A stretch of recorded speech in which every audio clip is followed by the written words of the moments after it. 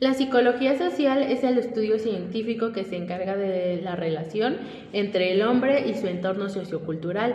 Trata de conocer cómo los pensamientos, sentimientos y conductas de las personas son influenciadas por la presencia real, imaginada o implícita de otras. Se ocupa de describir los componentes de la sociedad, de la conciencia social, y de estudiar cómo esta es adquirida. La socialización, proceso por el cual el hombre se convierte en miembro funcionante de la sociedad. ¿Cuál es la importancia de la psicología social? Es fundamental porque nos ayuda a comprender cómo nos influenciamos mutuamente. Explica por qué seguimos normas sociales, cómo forman nuestra opinión y por qué actuamos de ciertas maneras. El origen de problemas sociales nos ayuda a entender, abordar temas como el racismo, la discriminación, la violencia y los estereotipos. La toma de decisiones analiza cómo las personas toman decisiones bajo presión, en grupos, cuando hay sesgos cognitivos involucrados, y otro es la comunicación de la persuasión. Es clave en la publicidad, la política, la educación, donde se busca cambiar actitudes y comportamientos. Aplicación de la psicología social. Se usa en diversas áreas como el marketing y la publicidad. Estudia cómo influir en los comportamientos de los consumidores mediante técnicas de persuasión. La psicología organizacional mejora la dinámica de los grupos en empresas, optimiza el liderazgo y la productividad. En la educación nos puede ayudar a diseñar estrategias para formar la inclusión, mejorar la convivencia y potenciar el aprendizaje. En la política se emplea una campaña para persuadir votantes o entender la dinámica del comportamiento político. Justicia y criminología. Aquí analiza cómo se forman los prejuicios y los juicios y cómo influye la presión en grupos de criminalidad. Salud pública diseña estrategias para cambiar hábitos como es fumar o promover la vacunación.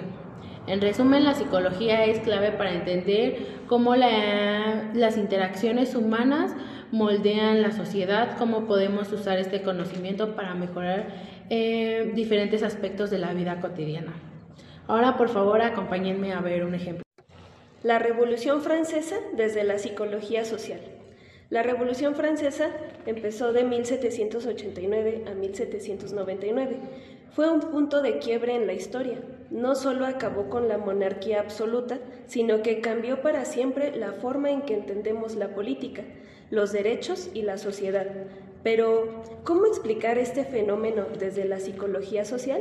Hoy exploraremos cómo la frustración, la influencia grupal y la identidad social ayudaron a encender y radicalizar este movimiento. ¿Cómo puede un pueblo pasar de exigir reformas a ejecutar a su rey? ¿Cómo se radicaliza una sociedad hasta el punto de justificar el terror? Frustración y privación relativa. A finales del siglo XVIII, la sociedad francesa estaba dividida en tres estados: el clero, que lo conformaba la iglesia; los obispos, que disfrutaban de privilegios y no pagaban impuestos; la nobleza tenían tierras, cobraban impuestos al pueblo; y el tercer estado, conformado por campesinos, obreros, burgueses, que pagaban los impuestos y sufrían hambre. El pueblo francés estaba descontento, pero más que la pobreza en sí, lo que desató la furia fue la privación relativa, que es la percepción de que otros tienen más de lo que se merecen. Por ejemplo, mientras la gente pasaba hambre, la reina María Antonieta disfrutaba de cualquier capricho que ella quisiera, de fiestas lujosas, mientras el pueblo se le dificultaba comprar pan para su diario vivir. Ante las quejas del pueblo, la reina supuestamente dijo: que coman pasteles. Aunque no hay pruebas de que lo haya dicho, esta frase se convirtió en un símbolo de la desconexión de la monarquía con el pueblo. Esta desigualdad creó un ambiente explosivo, donde cualquier evento podía detonar la ira popular. Influencia social y conformidad.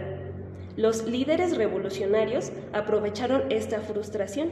Personajes como Robespierre, Marat y Danton usaron discursos apasionados para movilizar al pueblo. Convencieron a la gente de que el cambio solo podía darse eliminando a la monarquía.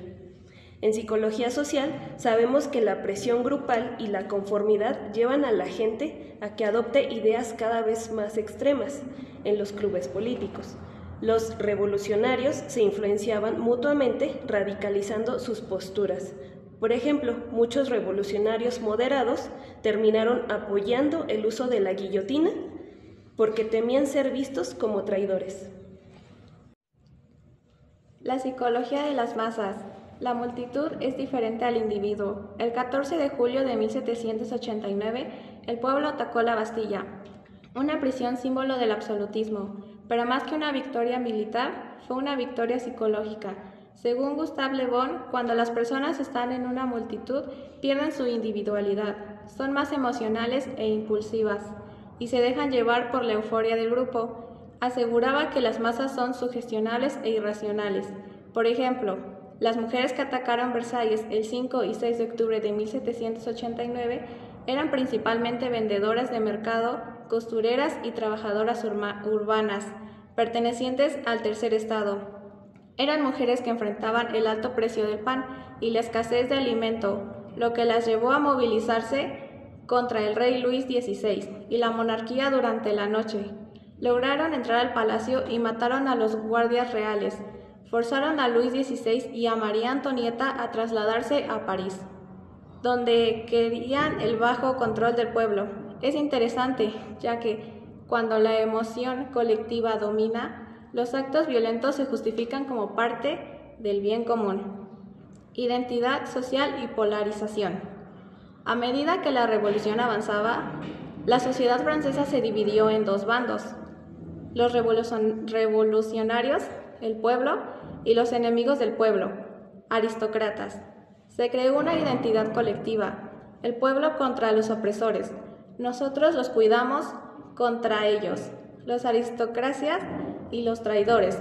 Esto se aplica con la teoría de la identidad social. Se dice que las personas buscan pertenecer a un grupo y diferenciarse de otros. En psicología social, esto se llama polarización de grupos. La idea que si no está completamente con nosotros, estás contra nosotros.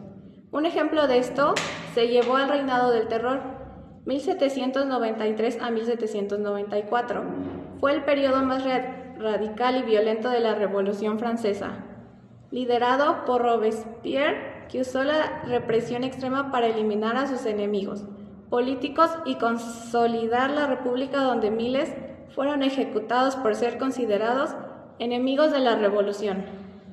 Incluso si antes habían apoyado el movimiento, donde cualquier sospecha de traición significaba la guillotina, el reinado del terror mostró un movimiento basado en la libertad e igualdad.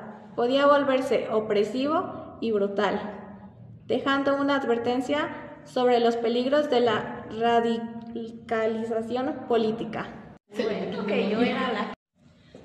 Para mantener la revolución, utilizaron técnicas de persuasión y propaganda. No solo se luchó en las calles, también en la mente de las personas, a través de panfletos, revistas, periódicos y canciones, donde convencían a la gente de que la violencia era necesaria.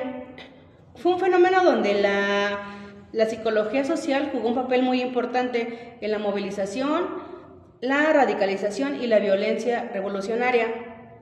Podemos aprender que la polarización extrema puede conducir a la violencia, que las multitudes pueden actuar irracionalmente y la propaganda puede manipular nuestras emociones.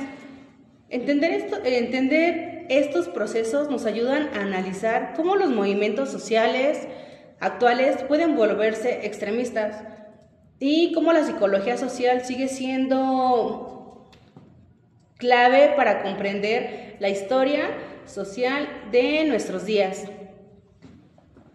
Con esto podemos concluir la importancia de la psicología social dentro de la Revolución Francesa.